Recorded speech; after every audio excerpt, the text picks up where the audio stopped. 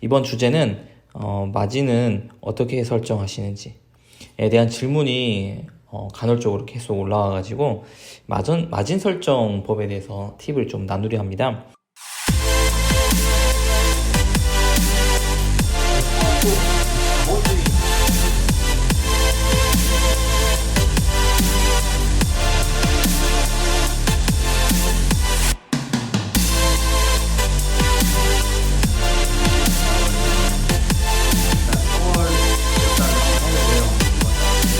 절대적인 방법은 아니고 또 제가 이걸로 얼마나 많은 효과를 보고 있다라고 보긴 어렵고, 그냥 제가 이런 방법으로 이만큼 매출을 냈다라고 좀 생각하면 될 것 같아요. 일단 지금 제가 팁을 계속 나누고 있는 거는 첫 번째 쇼핑몰에 대한 거예요. 첫 번째 쇼핑몰, 이거는 이제 여러분이 많이 아시다시피 주방용품 도매에서 제 쇼핑몰로 이제 업로드를 해서 위탁 판매하는 거죠. 이거에 대한 방법이고, 저도 이 주방용품 도매에서 마진을 어떻게 설정해서 위탁 판매를 하고 있는지에 대해서 얘기하고 있는 거예요. 지금 제가 제일 가장 잘 나왔을 때가 월 매출 1,700, 그죠? 근데 저번 달은 1,500만 원 나왔죠? 네. 매출입니다, 매출. 제가 하는 이 방법으로 이렇게 제가 설정한 이 마진의 방법으로 이런 결과를 얻었으니까 그렇게만 잘 알고 있으면 될 것 같습니다. 그냥 저는 이렇게 한다라는 팁만 알려주는 거니까 그 정도로 이해하고 영상 시작해 볼게요. 일단 기본적으로 마진 설정은 저는 상황에 따라 좀 다르게 합니다.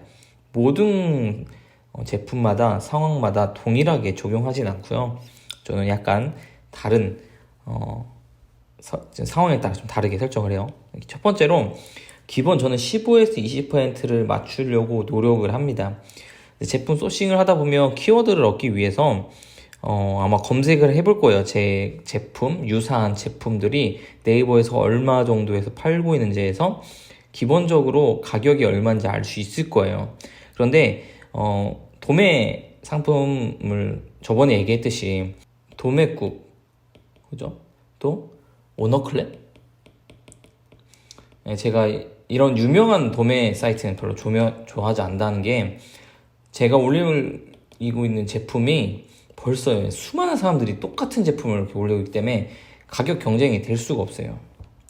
최저가를 또 똑같이 맞추기 때문에 마진 설정이라 할 것도 없죠. 그냥 그 사람이 요청하는 가장 판매가 권장 가격에 그냥 올리면 되니까. 근데 그러지 않고 우리는 중소형 도매 사이트를 찾아서, 좋은 도매 사이트를 찾아서 거기 있는 제품을 올리는 거기 때문에, 신생 도매 사이트이면 또 우리가 많이 인터넷에 많이 올라오지 않은 제품이 그 도매 사이트에서 판매하는 경우가 있기 때문에 그런 걸 좀 좋아합니다.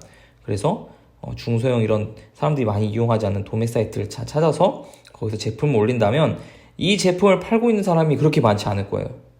그죠? 그러면 그 사람의 마진을 보고 생각하면서 우리는 제품을 올릴 수 있게 됩니다. 그럴 때 저는 기본적으로 15에서 20% 정도 마진을 보려고 노력을 해요. 15에서 20%. 또 주방용품 가격이 막 그렇게 상용화되어 있는 게 아니기 때문에 보통 저는 2,000원에서 3,000원입니다. 이 정도?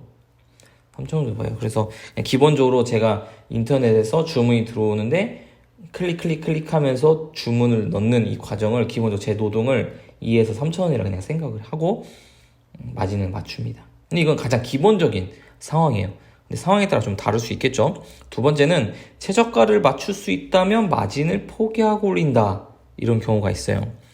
분명히 제가 판매하고 있는 제품을 검색해보죠, 네이버에서. 근데 누군가가 똑같이 팔고 있어요.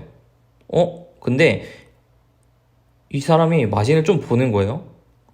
한 2,000원 정도? 3,000원 보고 2,500원 이렇게 마진을 보고 팔고 있는 거예요. 1, 2, 3위가. 그럼 저는 한 1,000원 생각하고 제품을 올립니다. 거의 0원 볼 때도 있어요. 마진 안 보고. 그리고 올리고 광고를 올려서 판매합니다. 일단 그리고 제품 이제 네이버 특성상 신규 뭐죠? 뉴라는 마크가 찍힌 제품을 선호하고 좀 올려주고 밀어주는 게 있어요. 그래서 이런 가격이 더 저렴한데 광고를 통해 사람이 유입되고 구매하기 시작하면 이 제품을 밀어줍니다. 그럼 저희가 순위를 이렇게 올라갈 수 있어요. 그리고 3위나 2위나 1위로 제품이 올라갈 때마다 마진을 조금씩 다시 올리는 겁니다. 그 대신 중요한 거는 역마진은 하면 안 돼요. 우리는 위탁 판매를 하고 있는 거잖아요. 우리는 소싱 사입을 하지 않기 때문에 어떤 위험 부담이 없습니다. 그런데 그런 위험 부담이 없고 만약에 이건 역마진을 봐서 팔아야겠다 라는 만큼 마진을 많이 보게 되고 좋은 제품이라면 그렇게 해서 순위를 올리면 좋겠지만 저희는 그렇지 않아요. 위탁 판매해서 한 건당 뭐 2,000원에서 3,000원 정도 보면 좋은 거예요. 근데 이거 때문에 역마진을 보면서 처음에 판다? 이건 좀 비추를 해요. 일단 0원까지는 추천드려요. 0원에서 1,000원, 뭐 500원도 괜찮습니다. 마진을 거의 안 보더라도 초반에는 그냥 이렇게 팔아서 순위를 올릴 수 있다면 이렇게 해서 순위를 올려놓은 상태에서 마진을 이제 보는 거예요. 근데 마진은 조금씩 올리는 거 100원, 200원, 300원 올리다 보면 순위가 갑자기 바뀔 때가 있어요.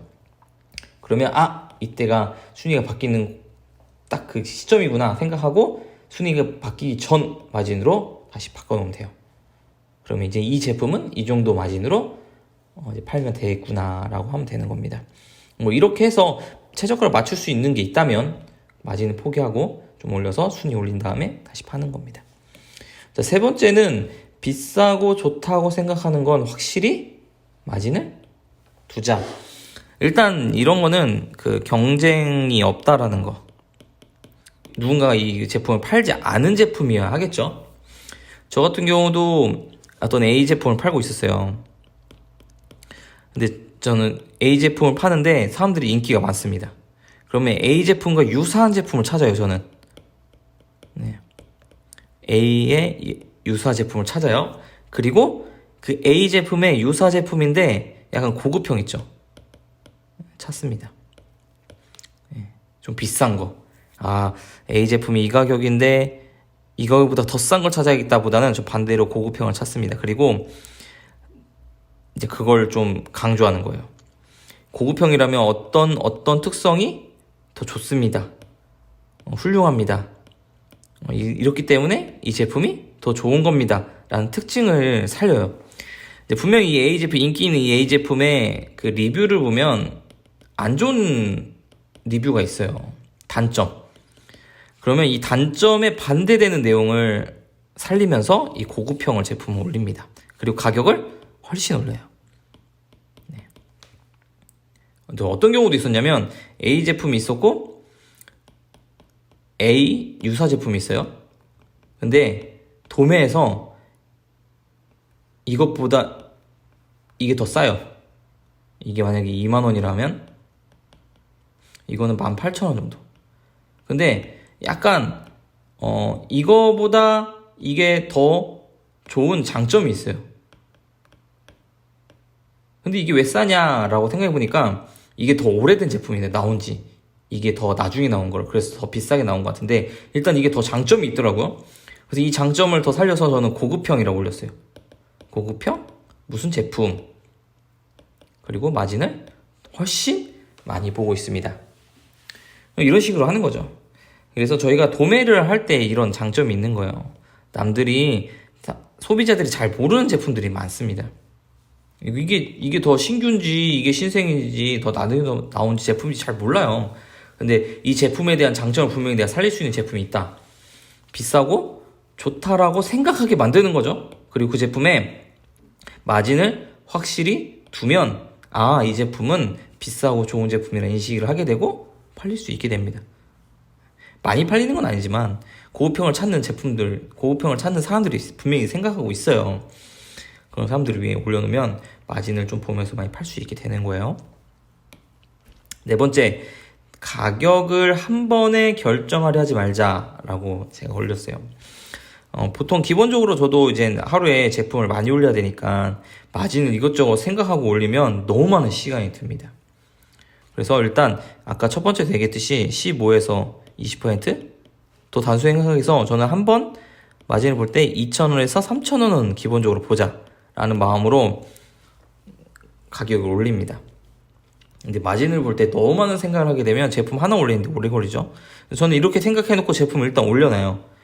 그리고 팔린다. 많이 팔린다. 왜 팔리지? 우리 게 싼가? 라는 생각을 하게 되면서 그 시장을 조사합니다. 싸네. 싸서 많이 팔렸네. 두지 않고 그럼 그대로 두는 것이 아니라 마진을 조금 올립니다. 소폭 상승. 그래도 많이 팔리네? 소폭 상승. 그래도 많이 팔리네? 소폭 상승. 이 판매량이 약간 변동이 있을 때까지 마진을 조금씩 올리면서 그 적정 가격을 찾는 거예요. 반대로 그렇게 마진을 봐서 올려놨는데 한 번도 안 팔리는 거예요.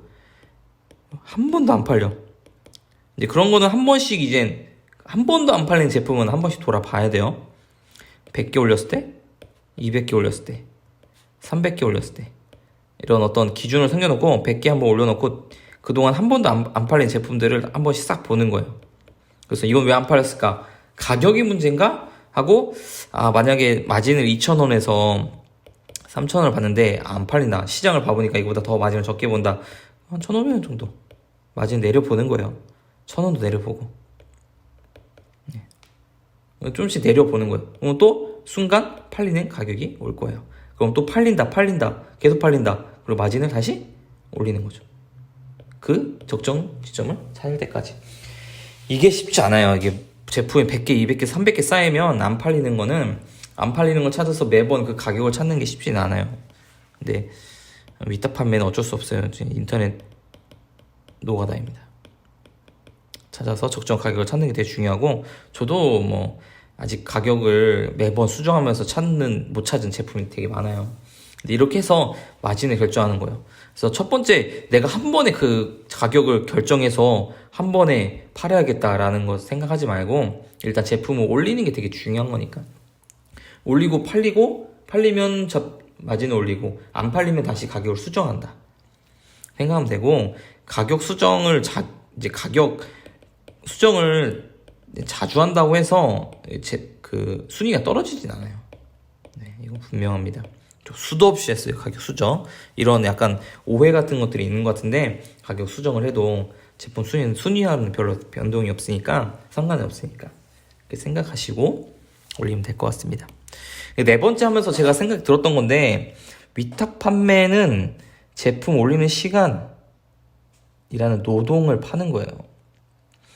사입하는 분들은 투자가 됐기 때문에, 그리고 많은 제품을 파는 것이 아니에요. 몇 가지 그 제품에 많은 투자를 하는 거죠. 그죠? 여기에 마케팅도 들어갈 거고, 그죠? 사입 투자라는 투자금이 들어가기 때문에 여기에는 한 가지 제품, 두 가지 제품, 세 가지 제품에 많은 노력, 많은 투자가 들어갑니다. 근데 저희 위탁은 그렇지 않죠. 위탁은 확률 게임이에요. 확률 게임.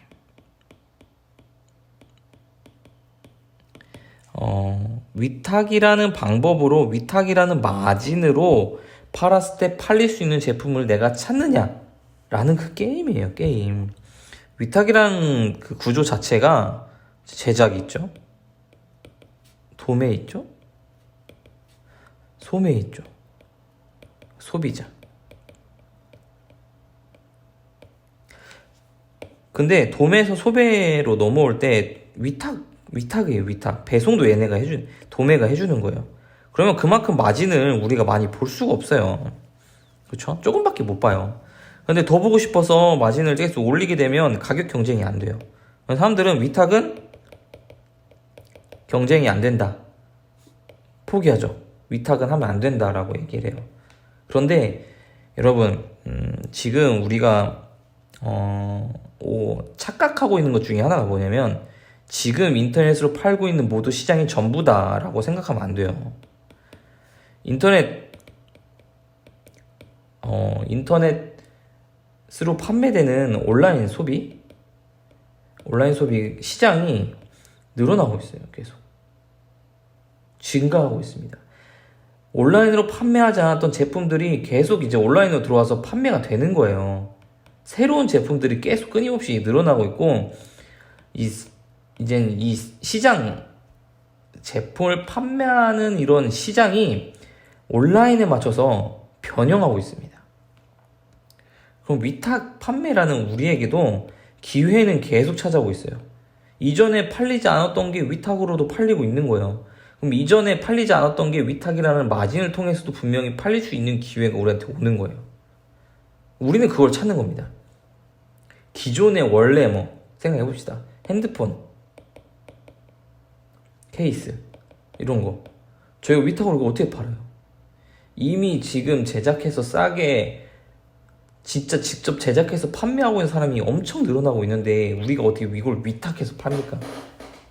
저는 팔릴 수도 있겠지만 제가 잘 모를 수도 있겠지만 이런 건 이제 못 팔아요. 근데 생각해봐요. 여러분 농산물 알아요? 농산물 유통이 정말 많이 어렵습니다. 정말 힘들어요. 이제 온라인 유통은 저희와 같은 위탁 판매자, 온라인 판매자가 이제 농산물을 직접 만나서 농산물 생산, 제조하는 분들에게 위탁을 부탁해서 판매하는 시장이 지금 많이 늘어나고 있죠. 이런 게 바로 새로운 시장이라는 거예요. 우리는 주문 받아서 농민들에게 농사 짓는 분한테 넘기는 거예요. 그리고 배송, 여기서 직접 배송, 산지지 배송을 하면 되는 거예요. 그죠? 이런 시장들이 계속 늘어나고 있어요. 우리는 이거를 찾고 남들이 안 팔고 있던 새로운 제품들을 찾아서 올리는 겁니다. 새로운 마진으로.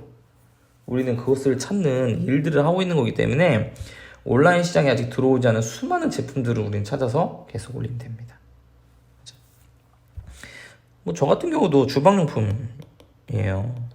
예전에는 인터넷으로 구할 수 없었던 제품들이 이제 인터넷에서 계속 늘어나고 있고, 사람들이 이제 그 제품을 구하기 위해서 사람들이 주방용품 도매, 주방용품 백화점 이런 데 가는 게 아니에요. 인터넷에 검색해요. 인터넷에 있으면 사겠죠, 그 제품을. 그래서 많이 올려놓다 보면 어떤 제품들이 많이 팔리게 되고, 많이 팔리는 제품들을 보게 되면 이제 감이 생겨요. 주방용품, 각자 여러분이 팔고 있는 카테고리에 대해서 감이 생겨요. 이런 제품들이 많이 팔리겠구나. 앞으로 이런 제품들을 소싱하고 이런 제품들을 찾아서 올리면 되겠구나 라는 것을. 그런데 100개도 안 올려보고 200개도 안 올려보고 300개도 안 올려보고 500만 원도 안 팔아보고 1000만 원도 안 팔아보고 포기하는 거는 남들이 다 어려움을 이야기했을 때 그 어려움에 그냥 넘어지는 것 뿐이죠. 근데 그것을 한 단계만 극복하게 되면 길과 방향이 분명히 보이고 거기서 살아남을 수 있고 또는 성공할 수 있는 길이 보이는 겁니다. 위탁 판매자라는 걸 기억하면서 이 제품 올리는 시간을 최대한 최적화시키고 이제 시스템화 시켜야 돼요. 그래서 앞에서 얘기한 게 마진을 결정할 때 너무 많은 고민과 생각하지 말고 일단 여러분이 세워놓은 기준대로 올리고 또 나중에 수정하고 바꿀 수 있는 기회가 얼마나 무궁무진하니까. 그래서 일단 제품을 많이 만나보고 많이 팔아보는 경험이 있을 때 성공할 수 있고 또 많이 팔아볼 수 있게 되는 겁니다. 그래서 제가 여러분께 오늘 드리고 싶은 이야기는 이제 그런 거예요. 마진 설정하는 거 절대적인 방법은 없다. 여러분이 받고 싶은 마진을 좀 생각해보고, 그 상식적인 수준이겠죠. 만 원? 하면 안 되죠. 양심적으로 위탁하는데 적당한 수준을 정해놓고 올려놓고 이제 팔리는 제품에는 마진을 올려보고 안 팔린다면 그 마진을 내려보면서 그 제품에 대한 적정한 마진을 결정하는 거. 그래서 이 마진을 결정하는 방법에도 여러분 방법대로 최적화시켜서 빨리 또 많은 제품을 올릴 수 있도록, 많은 제품을 그렇게 마진을 설정할 수 있도록 노력해야 한다. 오늘 영상은 여기까지 하도록 하겠습니다.